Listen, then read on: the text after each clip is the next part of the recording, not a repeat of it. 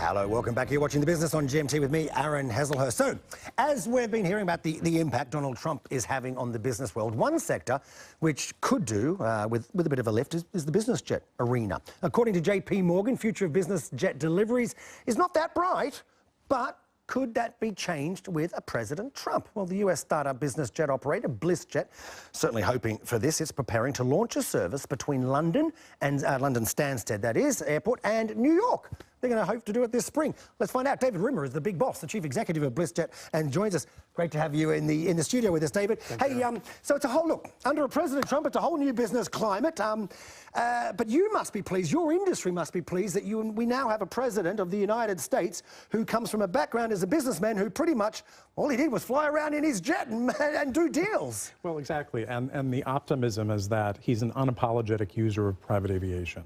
Because private aviation over the past, certainly during the financial crisis, felt like it had to come out and apologise, especially when we saw pictures of the big bank bosses all arriving to Washington with their cap in hand, and they all flew in on a private jet. The industry definitely became a whipping boy as a symbol of capitalism, as capitalism gone wrong. And actually, it's a great tool if you use it well. No, yep, we always hear that. It is a business tool to get from A to B and C and D and etc. Let me ask you this. I've got to ask you about the ban on the Trump's ban on travel. Sure. An impact on your industry. If you've got pilots who are from any of those countries or even crew and customers. I think the short-term impact is the confusion because the regulations aren't clear.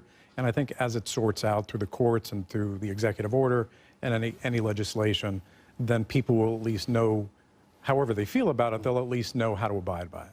You're offering a whole new business model. We have to quickly talk about that. So I'm not chartering their aircraft here. I'm buying a seat. You're buying a seat. That's an airline, isn't it? It's not an airline. Tell me. And we're not trying to be an airline. We're trying to be an alternative to the airlines. We think that efficiency and a sense of service is important for business travelers. And somewhere along the way, that became a dirty word. We can save 4 hours on a door-to-door journey in either direction.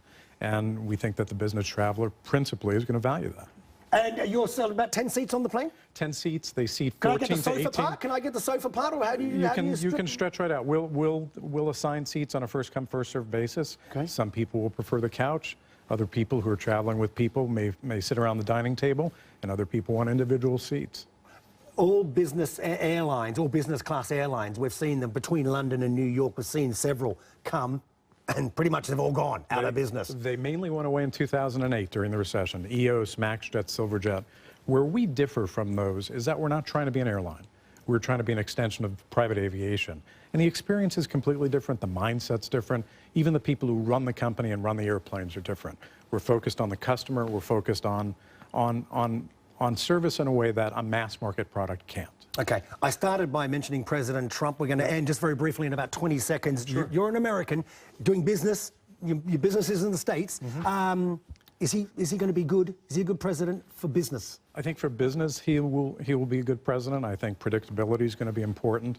It's the first 10 days of his administration, so there's a lot more to come, and I think despite all that's going on right now, that we have reason to be hopeful in the business community. David Rimmer, we much appreciate your time. Good luck. Thank you. Good luck with it in the spring. In the spring, okay, we hope to see you on board. We'll keep an eye on that. We'll keep an eye on that. Great. Thanks, mate. Thanks very much. There you go.